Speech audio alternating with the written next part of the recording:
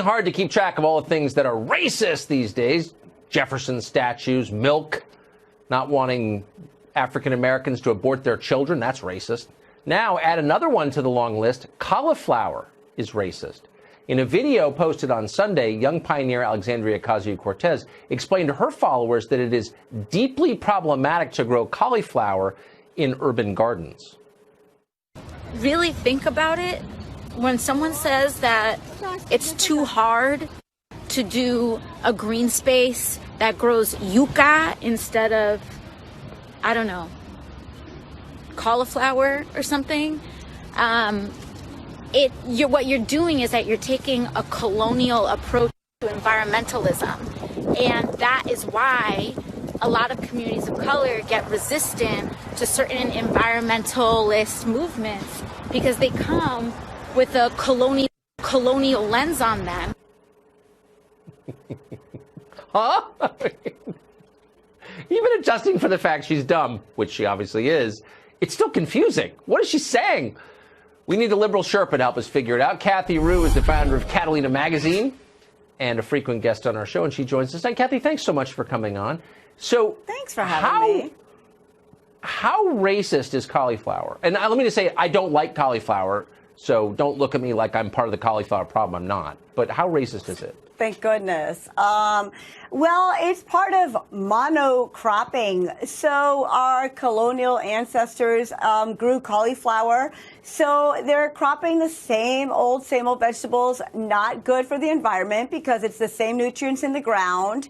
And it actually hurts the environment to have the same old. So the corn, the cauliflower, it's colonialism. So she's talking about diversifying our vegetables as we should diversify our culture. So yucca instead of cauliflower is the way to go if you do not want to be racist when it comes to our community gardens.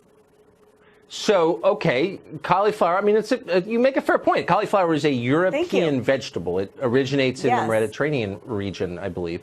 Right. Indigenous to the New World is tobacco. That comes from the indigenous peoples of the Americas, and syphilis, too, by the way. So would you say that tobacco, it's better?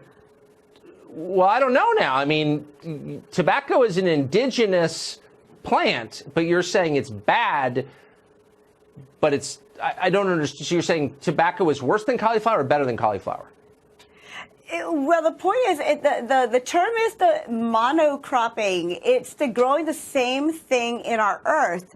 So there are no nutrients that are being given to our land. So therefore, it hurts the environment. So if we grow new things, so forget the tobacco, forget the cauliflower. We need the new yucca. We need the new frijoles. We need the new different plantains. We need different crops being grown to help our environment. So, but none of those. But can you say that the climate plays a role in this? So I don't think yucca or plantains grow very well in the climate of, say, New York City, Brooklyn, or Queens. Have we tried, I think those though? Are, I mean, have right. we tried? Those community gardens are usually led by people with time on their hands, those upper class women, upper class members of society who have time to volunteer, not those middle class workers. Yeah. So it's the a racist cauliflower choice, right? eaters. Are you concerned? Last question. Are you concerned about applying social justice standards to the food we eat? Do you think ultimately that might, I don't know, drive us insane and cause food shortages?